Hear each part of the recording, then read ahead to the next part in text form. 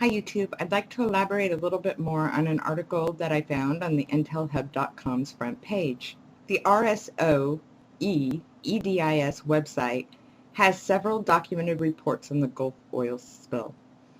One is listed as a level of catastrophic. Inside the information panel are updates, and some of the information found in those updates is rather frightening. First, we find that 910,000 gallons of dispersions have been used. But if you look at how the report is updated, that is in addition to the already existing petroleum distillants and propylene glycol chemicals. Well, propylene glycol is basically antifreeze. The same stuff that can kill your pets, they lick it and swallow it. Further in the report, we find that upon the first update, dated May 5th, that 35 endangered sea turtles have washed up on the Gulf Coast beaches. Then by update 2, dated May 25th, we find that more than 150 sea turtles were reported washed up dead or dying at last count, which was a week ago before that report came out. The 316 birds found dead along the coasts of Louisiana, Mississippi, and Alabama and Florida, plus 10 others that died or were euthanized at the wildlife rehabilitation centers after they were captured alive, far outnumber the 31 surviving birds found oiled to date. They've saved 31 birds, but they've lost 316 plus 10 more. The birds known to be hardest hit by the oil in the Gulf so far are those that feed by diving into the water for fish, including the brown pelican that was removed last year from the endangered species list. So we have 2 endangered species that have died in large numbers so far. Now in the report, it says they didn't find signs of oil being what is killing the turtles. So this brings us to a more frightening thought. What if it's the chemicals? At what level are these chemicals, and does it equal toxic environment? According to 2 separate studies by Louisiana State University and the University of Florida, they have found large plumes of oil hanging underneath the water. These plumes will make it very difficult for fish to survive in the northern margins of the Gulf. A scientist with the Louisiana State University said we may very well lose dozens of vulnerable fish species. Then this account surfaced some disturbing pictures from Dog River Marina.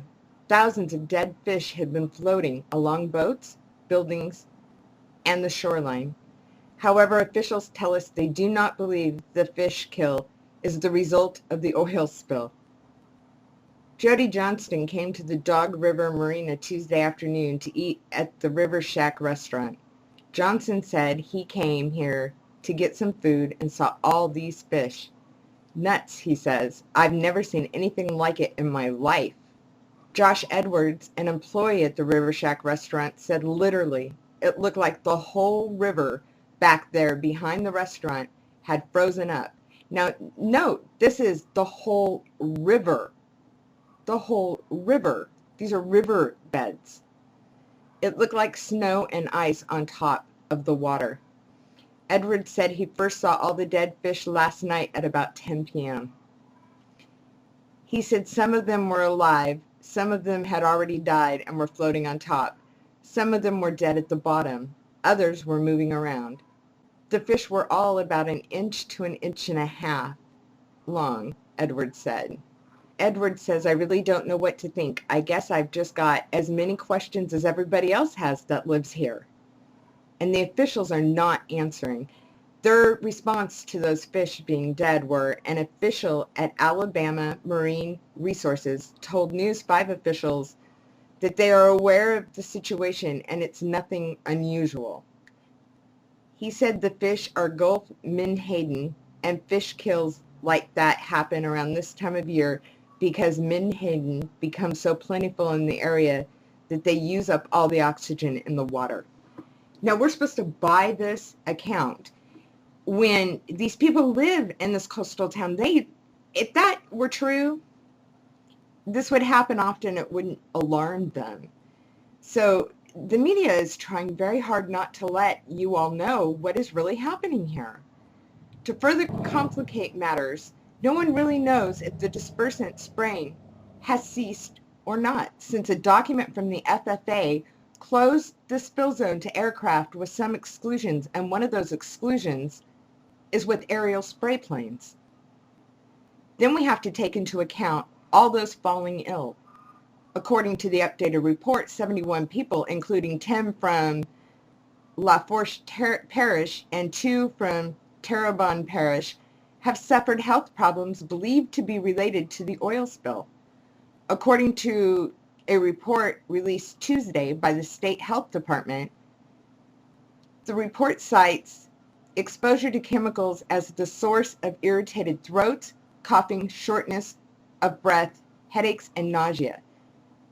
That's exposure to chemicals, disparate chemicals that are in our air, are in the air around that ocean. 910,000 gallons of Corexit has been laid in the ocean. The air is toxic. The National Oceanic and Atmospheric Administration monitoring at the site of BP's Deepwater Horizon spill explains that on any given day, water at different depths moves in dozens of directions. Scientists who study the Gulf said their effort to track the spill has been hobbled by the shortage of research vessels. So basically what they're trying to say is when you put the disparant on, it makes the oil heavy and it makes it sink. So it's going to sink to different levels. So as the currents go in different directions, as you get farther down, it's going to carry the oil and the disparants to other directions, and it could be far, far more wider than the directions they're expecting it to wash to shores on. This could reach many other shorelines based on how the currents are moving. It's weighing it down and putting it into different directions of currents. So that's something we have to worry about. Plus, hurricane season is here, and all one can do is hope and pray. As for evacuations, what do you think? How toxic do you think your air there is? If I lived on the coastline, I would leave before Camp FEMA moved in. The governor of Louisiana already asked for more federal funds earmarked for cleanup and relocation of community in event of toxic levels. You decide. You decide. If you live on the coastline, I urge you, use the internet, research everything. Find out what those puppets at BP and their press conferences aren't telling you. They claim that people who are sick were possibly food poisoned or suffering from dehydration. They claim that the turtles that have died have nothing to do with the oil. You're not going to know the truth until you look for the truth. I urge you, find the truth. So that's what I wanted to add to that article. I will leave the link to the intelhub.com's article, which is by Alex and Shep, and it's fantastic. And I will leave the link to the